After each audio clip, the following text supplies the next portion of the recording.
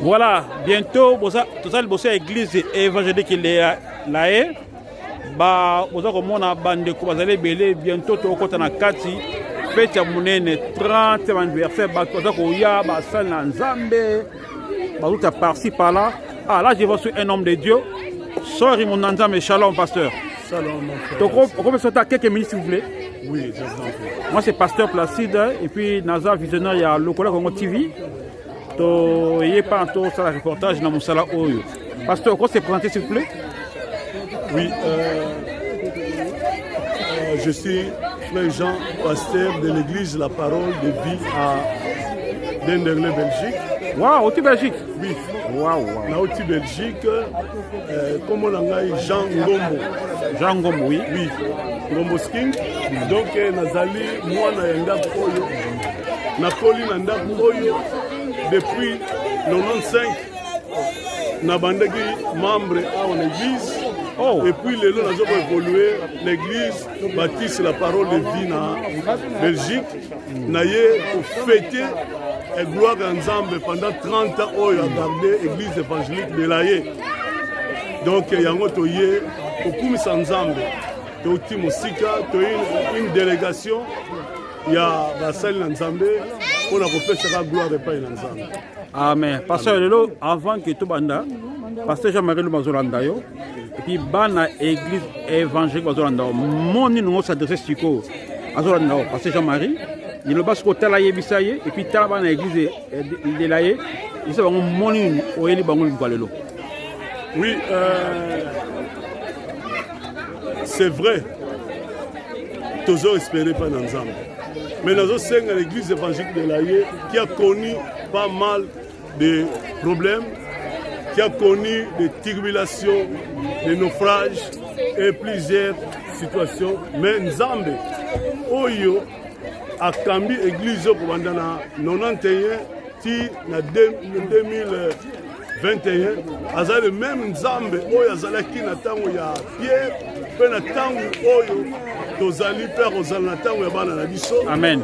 Nzambe wana nde apamboli ete église évangélique de l'Aye bazwa pe sika na bango moko bazala bato oyo bakangama na Nzambe batalela Nzambe bayoka Nzambe batambola na Nzambe po ete 60 ans lisusu mpe kofete yango.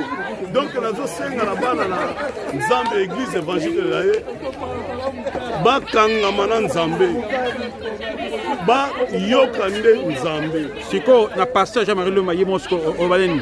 Na koyebisa ya continuer ko supporter ndenga supportaki ngai, a supportaki ba collègue na ngai, a supportaki ba membre comme ngai comme ba nyonso, a continuer ko supporter biso bana na ye na kati église parce que pour conduire bana ezali facilité.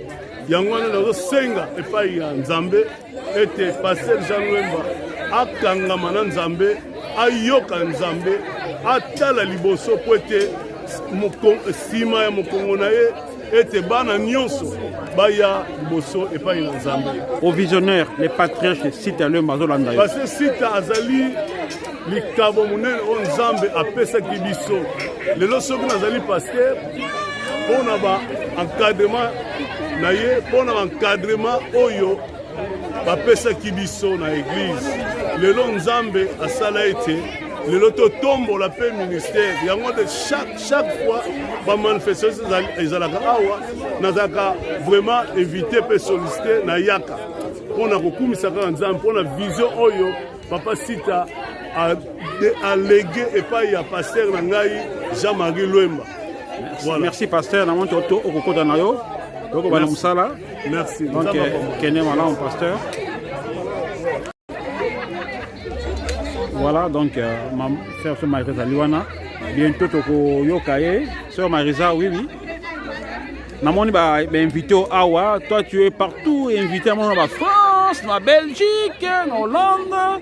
Secret de l'année, ba invité partout. Bon, Kosaka humble. Amen. Kosaka humble social. Kosaka humble social. Kosaka na exigence moko ekoza la forte. Koza pe moi opportunité pe à grâce. Amen.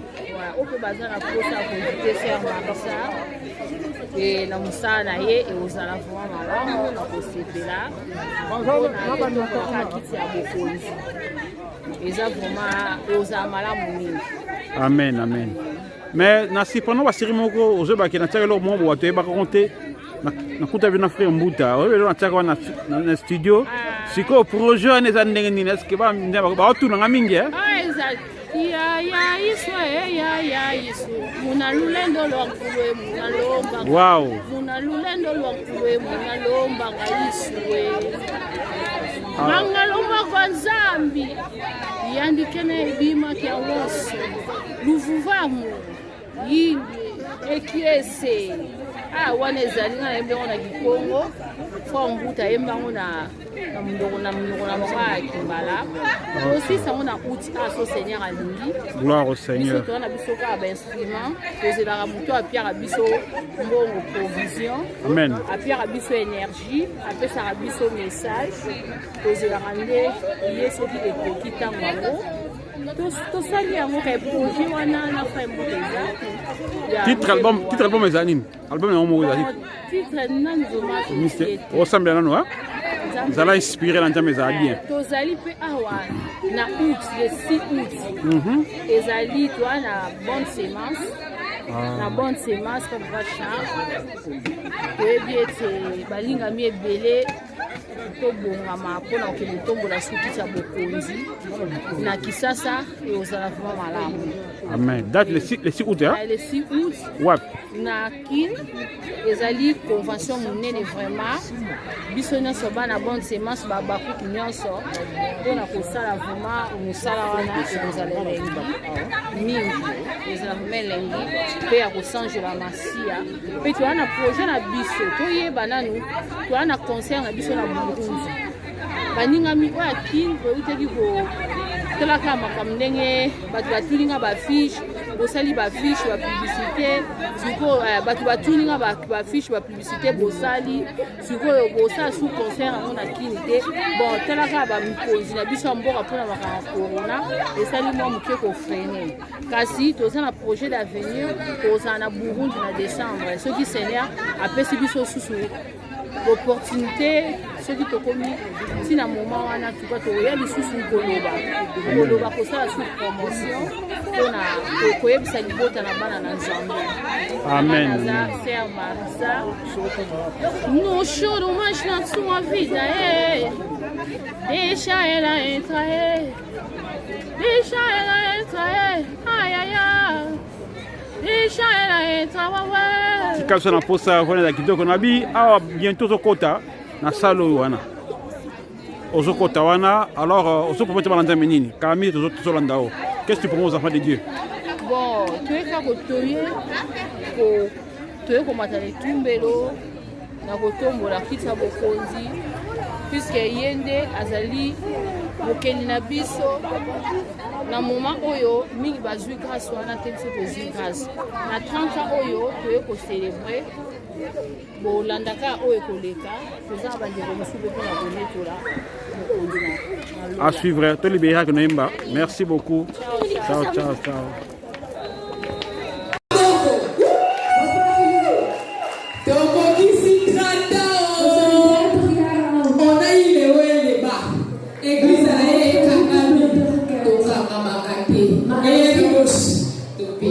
Et la droite, tout est là.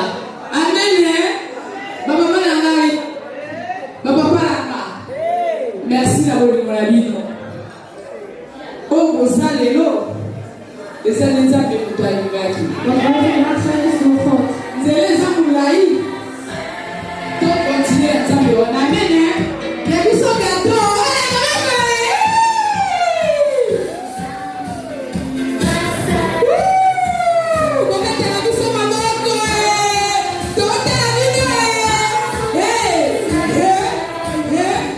Yeah.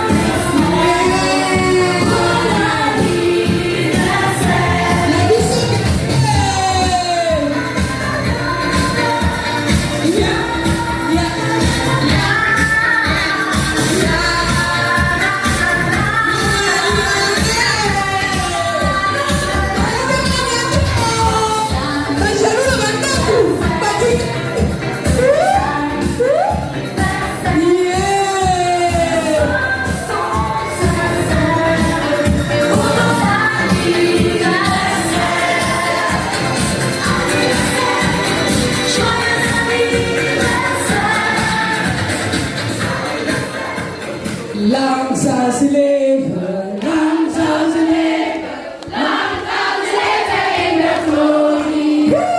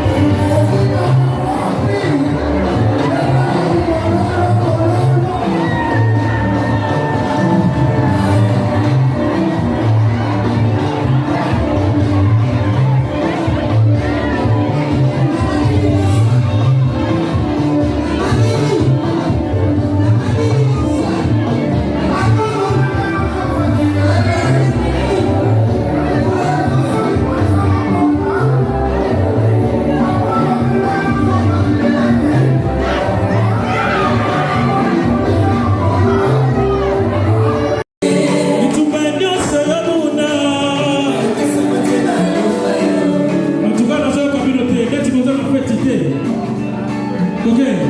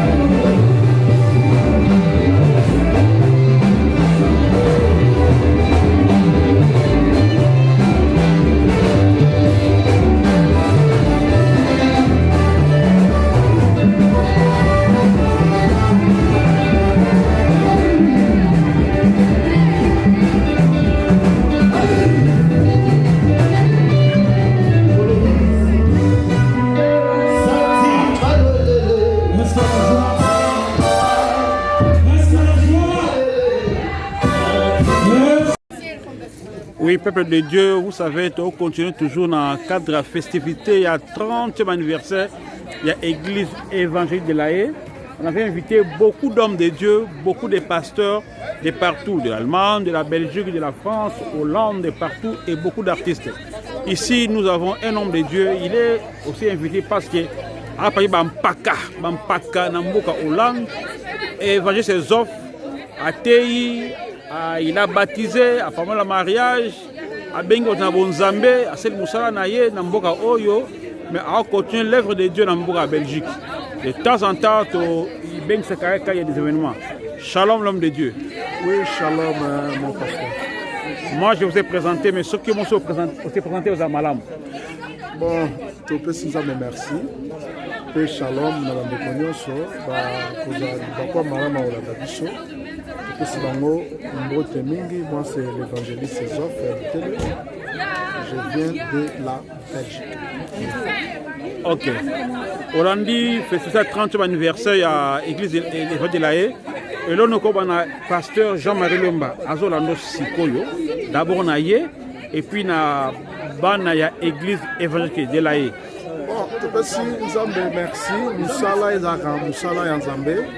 toyebi ke église nyonso epasaka batan ya bisengo mpe batan ya pasi eloko moko nazoyeba bisengo nyonso église mpe pasi nyonso église nzambe azalaki na bango nzambe alekaki na kosoutenir eloko kaka nakoki soki opakisa moke epai ya pasteur à persévérer. Amen. La Bible me dit celui qui persévère jusqu'à la fin, il sera sauvé.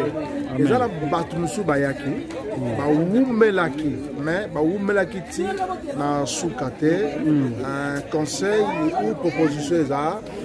Nengen kolo abandaki na ye Bible lobi mobandeli malamu asukisaka pe malamu a persévérer tina suka babitumba ekoki koya même l'esprit même dans toute dimension na yango nzambe akozala toujours na ye elonga ekopesana na kasi l'église pe na kasi na musala na nkolo kasi na kombo na Yesu. Alors l'homme de Dieu ngai andaka yo na elenisama mingi na matia na yo ozoteya batu balo mingi tozolanda na bareseau sociaux mais na olinga mpena balanda me mingi bazwa libaku wana ya kolanda parce que bientôt ozali invité na ngai na émission Prions le Seigneur na notre chaîne Lokola Congo TV mais nalingi bana nzambe banumisa kolandaka na Facebook na moko soki opesa biso opesa programme pour ke bana nzambe balandaka yo. Ok, merci peuple de Dieu na pasaka tous les jours na Facebook pour banda lundi, mardi, mercredi, jeudi, na vendredi. Na pesango thème 30 minutes hein, avec Jésus. Soki osepeli kolandanga Facebook nangeza Zefi Lutele. Zefi Lutele. Soko senga invitation kuna na ko yamba yo tozana pona ko sala musala nzambe. Connaissance à muke au kolo apese pa ina biso pourquoi pas to transmettre en haut na monde entier. Voilà. C'est comme ça. Merci. Balanzambe, Balanja Lokola Congo TV, on a qui l'homme de Dieu évangéliste Zof. Donc, ceux qui ont contact, vous pouvez nous contacter et te couper Sabino. Pour la Pambola. Merci. Kolo a Pambola, ba week-end malamu, ba journée za malamu, to kanga malanzambe, quel que soit bitumba ou bitumba te, Bible lobby, regarde na biso et dans la fixer et pas na Yesu. Que Dieu vous bénisse. Shalom, peuple de Dieu, de partout. Voilà, les gens de Rotterdam, Amsterdam, Denard.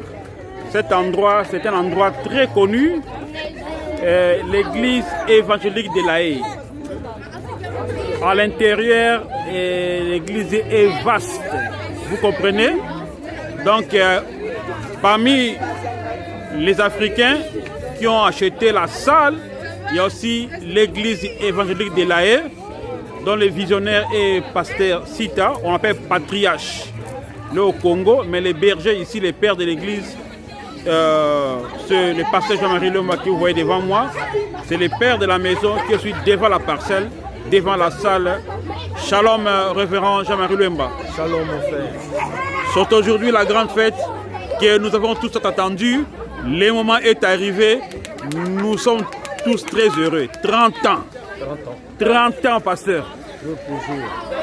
Je regrette les jours où, parce que c'est pasteur Placide qui est en train d'interviewer, les jours où on m'avait ordonné pasteur, un pasteur m'a dit, quelle est ta motivation? Tu entres dans le ministère où chaque année les églises ferment les portes. Chaque année, il y a beaucoup de pasteurs qui sont malades, qui tombent AVC. Et vous entrez dans un ministère où 60% des gens n'aiment pas les pasteurs. Quelle est la motivation? Les églises ferment. Les gens détestent les pasteurs. Vous êtes là, berger. Pasteur, 30 ans. D'abord, un mot pour ces 30 ans. À qui vous dédiez d'abord ces 30 ans? En tout cas, c'est très simple, facile pour moi. Je l'ai dédié au Seigneur. Amen. Parce que nous n'avons fourni aucun effort. Ce n'est pas c'est pas le résultat de nos efforts en fait. C'est vraiment par pure grâce du Seigneur. Nous avons connu des hauts et des bas, mais le Seigneur est fidèle. Amen, amen. Quand vous lui faites confiance, il ne déçoit jamais. Amen, amen. Donc, comme la Bible dit, le malheur atteint souvent le juste, mais l'Éternel l'en délivre toujours. Amen, amen, amen. Donc, c'est l'auteur de notre délivrance. Amen. Voilà. Alors, pasteur, 30 ans, vous êtes ensemble. Pour moi, vous êtes mon papa aussi. Et j'aime beaucoup cette église. Et quand je viens ici à cette église, je suis allé parce que j'ai ça l'amour que les membres de l'église m'aiment beaucoup. 30 ans pour les pasteurs, les jeunes pasteurs. Nous vous suivons. Quel est votre secret pour maintenir cette église pendant 30 ans et demeurer toujours pasteur malgré les pierres? Le secret, c'est quoi? Ouais. Le secret est simple. Avoir les yeux fixés sur Jésus. Amen, gloire à Jésus. Alléluia. Si tu fixes sur lui ton regard, tu ne seras jamais déçu. Les pierres viendront de partout, mais la Bible dit que 1000 tombent à ta droite, 10 000 à ta gauche. Rien ne pourra t'atteindre. Sans le Seigneur, il suffit que tu déplaces un peu ton regard du Seigneur. Je crois que tu ne tarderas pas de sombrer. Nous connaissons tous l'histoire de Pierre. Amen. Il a pu marcher sur l'eau tant qu'il fixait ses yeux sur Jésus. Amen. Le secret, il n'y en a pas d'autre. Pasteur, Ouais. vous avez rencontré beaucoup d'hommes de Dieu dans votre chemin, dans votre église. Un mot pour les pasteurs, les hommes de Dieu, les anciens, les diacres qui vous suivent à ce moment, au jour du 30e anniversaire de votre église évangélique de La Haye. Soyez convaincus de votre appel. Si vous êtes convaincus du fin fond de votre cœur que c'est le Seigneur qui vous a appelé, sachez une chose, qui ne se trompe jamais et qu'il sera toujours là dans le bon moment comme dans les temps difficiles. Et j'encourage ceux-là qui aspirent au ministère parce que c'est le meilleur de patron qu'on puisse avoir, Jésus. Il n'y a aucun travail.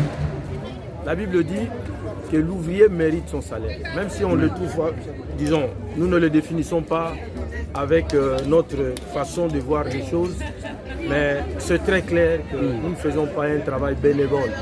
Le Seigneur récompense toujours, il rémunère ses travailleurs. Amen. Pasteur, osa monté. Oui. Naibio osa un homme de Dieu, osa na d'anthologie na ko la mingi pa na yo. Osa organisateur, osa mutu oyo réconcilier ba collaborateur na yo. Voilà, je c'est le ba moko na ba collaborateur ba kambi ya église et puis na ba membre il y a évangile de La Haye et ça que papa berger. On va adresser na bana na yo na famille o bazo landa yo et puis na sima on peut sortir mo kambi moko a pe ça fait maloba na ye na 30 ans. D'accord. En tout cas, nous sommes très reconnaissants d'abord dans le bâtiment du Seigneur, mais aussi dans nos membres, parce que on ne peut pas être berger sans brebis. Amen, amen. C'est grâce à elles, ces brebis, aujourd'hui on peut m'appeler pasteur. Et puis, staff et travail à parce que le travail de Dieu ne se fait jamais en solo. Amen. Même le Seigneur a travaillé avec une équipe. Donc, surtout si les 30 ans, dans Mawara Nzambe, les alliés pour la makasi na ngaïté, mais les alliés pour le soutien, le conseil, yaba oyo nzambe atia na nzinga nzinga na ngai et ensemble nzambe asali biso ngolu tokoma mokolo na lelo. Et je n'hésiterai pas de te passer une de mes diaconesses oyo kalata kokoma ancienne. Amen, amen. Une femme qui a du cœur pour l'œuvre. Amen, amen, amen, amen. Maman Sylvie. Maman Sylvie. Sylvie Nan. Bon, je vais continuer suite. Mbote maman. Mbote papa. Toye awa lelo za fête munene pa na bino na église évangile de l'Aye.